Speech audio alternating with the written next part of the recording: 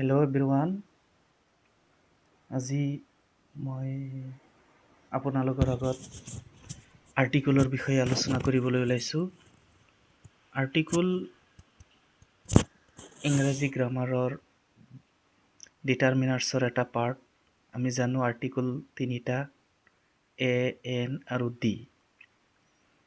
তো বন্ধুসকল, যিহেতু এইটো মোৰ প্ৰথম ভিডিঅ' গ্ৰামাৰৰ ওপৰত, গতিকে প্ৰথমতে মই আপোনালোকক আৰ্টিকলৰ বিষয়ে আলোচনা কৰিবলৈ ওলাইছোঁ। আৰ্টিকলত তিনিটা পাৰ্ট, আমি তিনিওটা বিষয়ে আজি আলোচনা কৰিম। আপোনালোকে সহজে বুজিব পৰাকৈ চেষ্টা কৰিম মই। আপোনালোকেও গুৰুত্ব সহকাৰে ভিডিঅ'টো চাব বুলি আশা থাকিল। প্ৰথমেই আমি আহিম আজি আৰ্টিকলৰ এ ক'ত ক'ত ব্যৱহাৰ হয়। বন্ধুসকল, আমি জানো বিশেষকৈ কনচনেণ্টৰ আগত ব্যৱহাৰ হয়। কনচনেণ্ট মানে যিবোৰ নাউন বা প্ৰনাউন প্ৰথম আখৰটো ভাৱেল নহয়, অৰ্থাৎ এ, এন আৰু ডি। এই তিনিটা ব্যৱহাৰৰ প্ৰথম যিটো আৰ্টিকল হ'ল এ, যিবোৰ ভাৱেল এ, ই, আই, অ', ইউ। এই ভাৱেল নোহোৱাবোৰৰ ভাৱেল বাদ দি যিবোৰ লেটাৰ থাকে সেইবোৰ কনচনেণ্ট। কনচনেণ্টৰ আগত এ ব্যৱহাৰ কৰা হয়। বন্ধুসকল, প্ৰথম নাউন প্ৰনাউনৰ প্ৰথম লেটাৰটো যদি কনচনেণ্ট হয়, যেনে চাওক a pen, a man, a table, a garden, এইবোৰ দিয়া আছে। চাওক, মই প্ৰতিটো লেটাৰৰ প্ৰথম যিটো লেটাৰ আছে পি, এম, টি, জি, এইবোৰ মই ৰঙা কৰি ৰাখিছোঁ আপোনালোকৰ বুজাত সহজ হ'বলৈ। এই যিবোৰ প্ৰথম লেটাৰ কনচনেণ্ট হয়, সেইবোৰৰ আগত আৰ্টিকলৰ ক্ষেত্ৰত এ ব্যৱহাৰ কৰা হয়। যদি এটা বুজায় তেতিয়াহ'লে এ ব্যৱহাৰ কৰিব লাগে। অৰ্থাৎ আমি জানিব লাগিব যে কনচনেণ্টৰ আগত এ বহে। ইয়াৰ পিছত চাওক, কনচনেণ্টৰ আগতেই এ বহে। ঠিক তেনেকৈ ভাৱেলৰ চাউণ্ড যদি কনচনেণ্টৰ দৰে হয়, অৰ্থাৎ দেখাত ভাৱেল দেখা গৈ আছে, কিন্তু ইয়াৰ চাউণ্ড যদি কনচনেণ্ট হয়, তেতিয়াহ'লে তাৰ আগতো এ বহে। দ্বিতীয় পাৰ্ট আমাৰ যিটো আছে, ভাৱেলৰ চাউণ্ড কনচনেণ্টৰ দৰে হ'লে এ হয়। ইয়াক চাওক, এ 1 rupee নোট, এ ইউৰোপিয়ান লেডি, এ ইউনিট, এ ইউনিভাৰ্চিটি, এইবোৰ দিয়া আছে। অৰ্থাৎ 1 rupee ওৰটো যদিও আমি ভাৱেল দেখি আছোঁ, ভাৱেলৰ আগত সাধাৰণতে এন হ'ব লাগে, কিন্তু যদিও আমি ভাৱেল দেখি আছোঁ, কিন্তু অ'ৰ চাউণ্ডটো ভাৱেলৰ দৰে হোৱা নাই। ইয়াৰ চাউণ্ড ৱাৰ দৰে হৈছে। গতিকে এই ৱা হোৱাৰ কাৰণে ইয়াৰ আগত এন নবহিব, ইয়াৰ আগত এ বহিব। বন্ধুসকল, ঠিক তেনেদৰে চাওক, এ ইউৰোপিয়ান লেডি, ই আৰু ইউ দুটা আখৰ এক লগ হৈ ইয়াত ইউ শব্দৰ দৰে হৈছে। গতিকে ইয়াৰ আগতো এন নবহিব, এ বহিব। ঠিক তেনেকৈ ইউনিটৰ যিটো চাউণ্ড, সেইটো আ হ'ব লাগিছিল বা উ হ'ব লাগিছিল, তেনেদৰে নহয়, ইউৰ দৰেই হৈছে। গতিকে ইয়াৰ আগতো এ ব্যৱহাৰ হ'ব। ঠিক তেনেকৈ চাওক, নেক্সট আমাৰ যিটো আছে ইউনিভাৰ্চিটি, সেইটো ইউটো ইউৰ দৰে হৈছে। এনেকুৱা যদি ভাৱেল হয়, চাউণ্ডবোৰ কনচনেণ্টৰ দৰে হয়, তেতিয়াহ'লে এ হয়।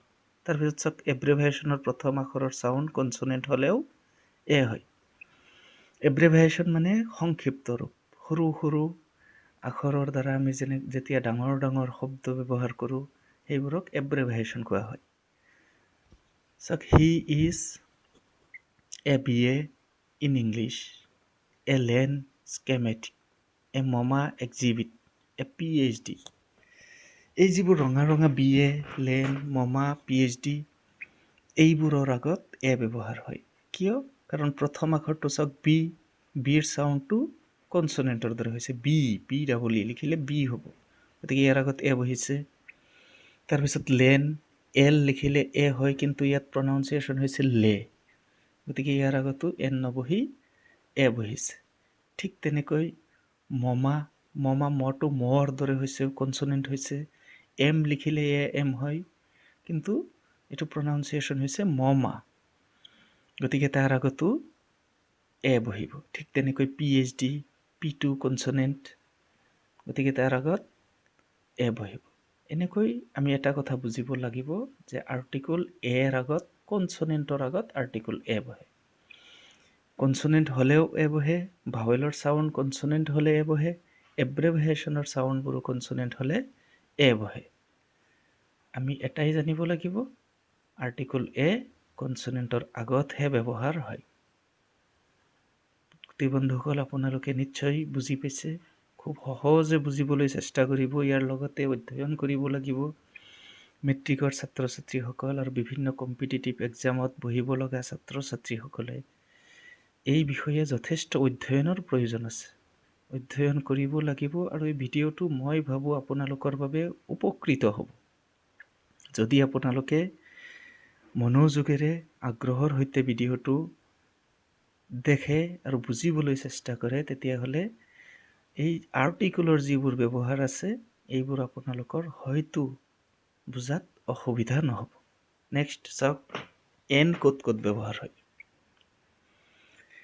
এন ব্যৱহাৰ কৰিবলৈ আমি কি কৰিব লাগিব? আমি যেনেকৈ এ কনসোনেন্টৰ আগত বহে, ঠিক তেনেকৈ এন ভাৱেলৰ আগত ব্যৱহাৰ হয়।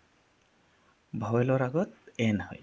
যেনে এন এপল, এপলটোৰ প্ৰথম লেটাৰটো এ আছে। এন অৰেঞ্জ, অৰেঞ্জৰ প্ৰথম লেটাৰটো অ আছে। এন আমব্ৰেলা, আমব্ৰেলাৰ প্ৰথম লেটাৰটো ইউ আছে। আৰু চাউণ্ডবোৰো ভাৱেলৰ দৰে হৈছে, গতিকে ভাৱেলৰ আগত এনৰ ব্যৱহাৰ হয়। ঠিক তেনেকৈ চাওক, কনসোনেন্টৰ চাউণ্ড নহয় ভাৱেলৰ চাউণ্ড হ'লে, নেক্সট যিটো আমাৰ আছে ষ্টেপ আছে, কনসোনেন্টৰ চাউণ্ড নহয় ভাৱেলৰ চাউণ্ড হ'লেও এৰ পৰিৱৰ্তে এন হয়। যেনেকৈ ভাৱেলৰ চাউণ্ড নহয় কনসোনেন্টৰ চাউণ্ড হ'লে এনৰ পৰিৱৰ্তে এ হয়, ঠিক তেনেকৈ কনসোনেন্টৰ চাউণ্ডবোৰো যদি ভাৱেলৰ দৰে নহয় তেতিয়াহ'লে এৰ পৰিৱৰ্তে এন হয়। চাওক, ইয়াত আছে an honest boy, an hour ago, an honour, etcetera. এই যিটো অনেষ্ট আছে, চাওক এইচ অ আছে, কিন্তু এইচৰ চাউণ্ডটো অহা নাই। এইচৰ চাউণ্ড আহিলে হনেষ্ট হ'ব লাগিছিল, হাৱাৰ হ'ব লাগিছিল, হনাৰ হ'ব লাগিছিল, কিন্তু এইবোৰ নহয়। কি হৈছে? এইচৰ চাউণ্ডটো নাইকিয়া হৈ অ'ৰ চাউণ্ড হৈছে। অ'ৰটো হ'ল ভাৱেল, গতিকে ইয়াৰ আগত এন বহিছে। মুঠ কথা আপোনালোকে এটাই বুজিব লাগিব যে যদি কনসোনেন্টৰ চাউণ্ড নহয় ভাৱেলৰ চাউণ্ড হয়, আমি জানিব লাগিব যে ভাৱেলৰ আগত এনৰ ব্যৱহাৰ হয়। ইয়াত এইচৰ চাউণ্ড হোৱা নাই, ভাৱেল অ'ৰহে চাউণ্ড, অ' বুলি প্ৰনাউন্সিয়েশ্যন হৈছে, অনেষ্ট, আৱাৰ, অনাৰ। গতিকে এইবোৰৰ আগত আমি এৰ পৰিৱৰ্তে এন ব্যৱহাৰ কৰিব লাগিব।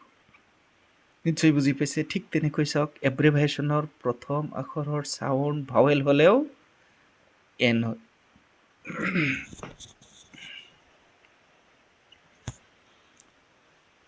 যেনেকৈ আমি বুজিছিলোঁ যে যদি কনসোনেন্টৰ দৰে চাউণ্ড হয় এব্ৰেভিয়েশ্যন, যিবোৰ সংক্ষিপ্ত আখৰ আছে, সেইবোৰৰ চাউণ্ড যদি কনসোনেন্টৰ দৰে হয় তেতিয়াহ'লে এ বহে। ঠিক তেনেকৈ এই যিবোৰ এব্ৰেভিয়েশ্যন আছে এইবোৰৰ চাউণ্ড যদি ভাৱেলৰ দৰে হয় তেতিয়াহ'লে এইবোৰৰ আগত কি হয়? এন হয়।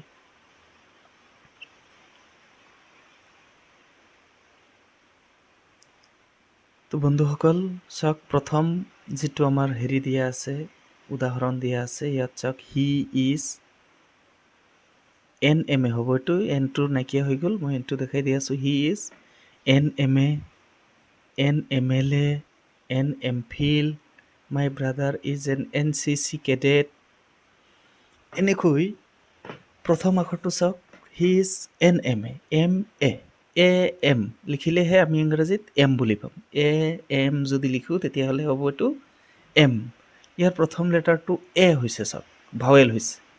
এটা আমি এইটোই বুজিব লাগিব, ভাৱেল হ'লেই তাৰ আগত এন বহিব।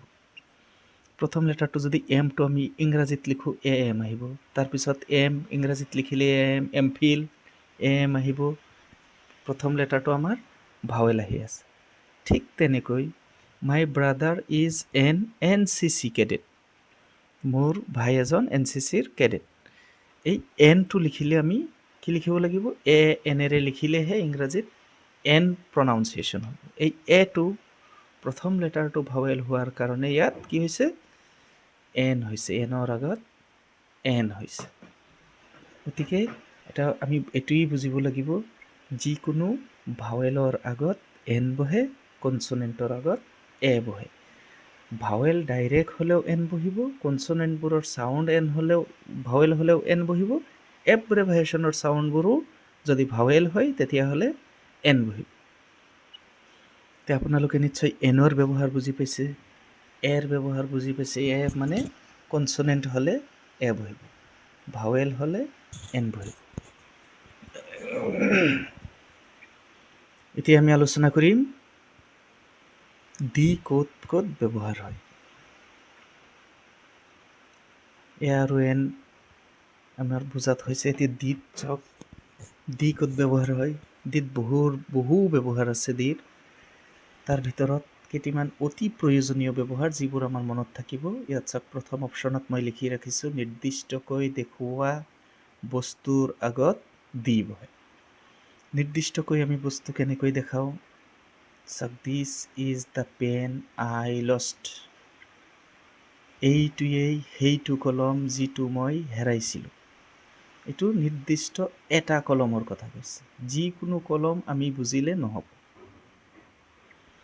যিটো কলম মোৰ হেৰাই গৈছিল সেইটো কলমৰ কথাহে কোৱা হৈছে, গতিকে এই কলমটোৰ আগত কি হ'ব? দি ব্যৱহাৰ হ'ব। ঠিক তেনেকৈ this is the man I talked about. এইজনেই সেইজন মানুহ যিজন মানুহৰ বিষয়ে মই কথা পাতিছিলোঁ। বুজি পাইছে নিশ্চয়? এই মানুহজনো যিকোনো মানুহ নহয়, যিকোনো এজনক আমি দেখাই দিব নোৱাৰিম। এই মানুহজন কোনজন মানুহ? যিজন মানুহৰ বিষয়ে মই কথা পাতিছিলোঁ, সেইজন মানুহে এইজন মানুহ। গতিকে এই মানুহজনৰ আগত দিৰ ব্যৱহাৰ হৈছে। এইজন এজন নিৰ্দিষ্ট মানুহ, যিজন মানুহৰ বিষয়ে মই কথা পাতিছোঁ সেইজন মানুহ। গতিকে এই মানুহজনৰ আগত দিৰ ব্যৱহাৰ হৈছে। বুজি পাইছে নিশ্চয়? নিৰ্দিষ্টকৈ দেখুওৱা বস্তু বা ব্যক্তিৰ আগত দি ব্যৱহাৰ কৰা হয়।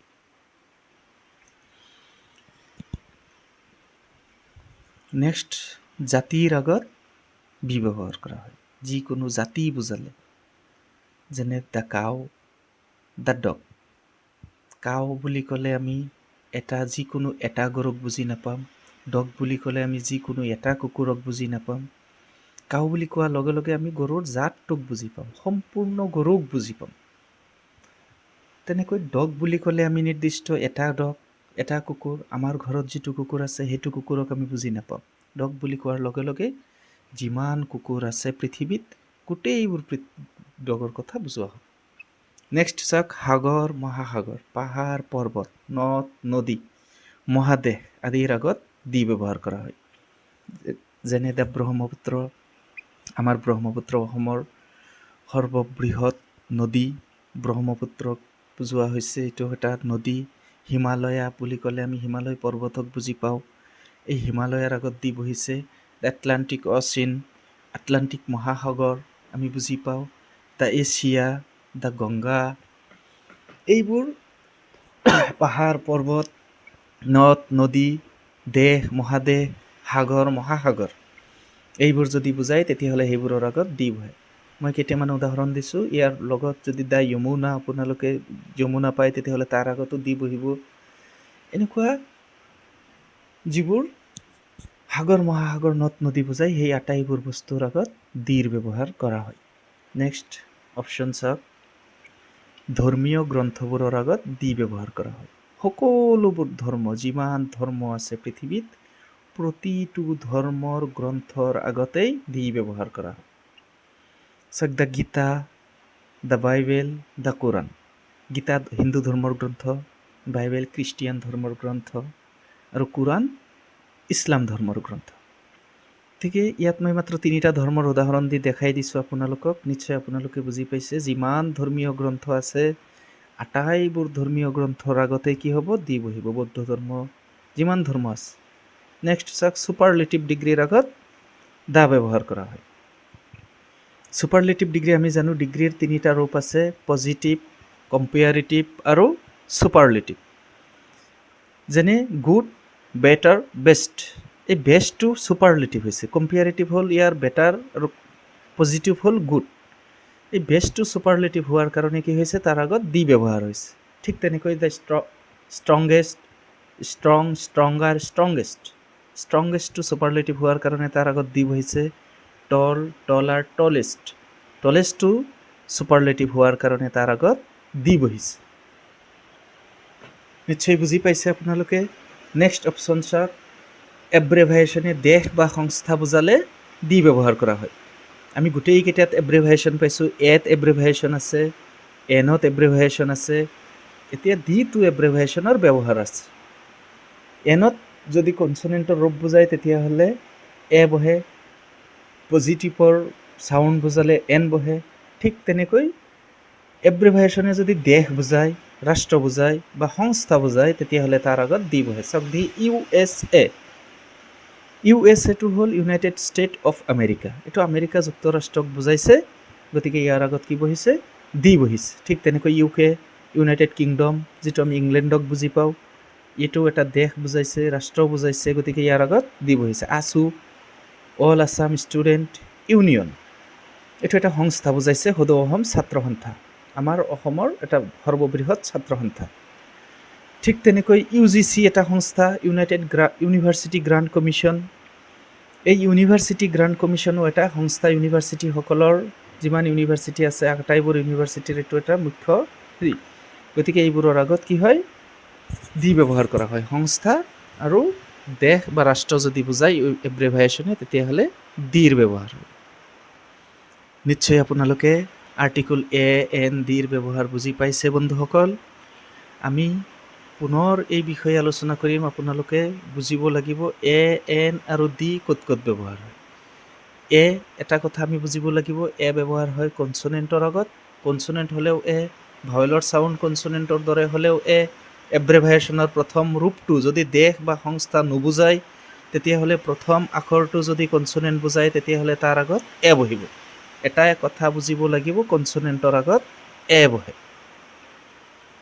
ঠিক তেনেকৈ কি কৰিব লাগিব আমি? এটো বুজিছোঁ তেনেদৰে এনটো থুলমূলকৈ আমি এক প্ৰকাৰে বুজাৰ চেষ্টা কৰিব লাগিব যে এ কেনেকৈ হয়, ঠিক তেনেকৈ এন কেনেকৈ হয়। প্ৰতিটো বিষয় যেনেকৈ এ ব্যৱহাৰ হৈছে ঠিক তেনেকৈ এনৰ ব্যৱহাৰ। এনৰ ব্যৱহাৰ কি? ভাৱেল যদি প্ৰথম লেটাৰটো ভাৱেল হয়, নাউন বা প্ৰনাউনৰ প্ৰথম লেটাৰটো ভাৱেল হ'লে এন হয়। যদি প্ৰথম লেটাৰ ভাৱেল নহয়, কনচনেণ্ট হয় আৰু তাৰ চাউণ্ড যদি ভাৱেলৰ দৰে হয় তেতিয়াহ'লে তাৰ আগত এন হয়।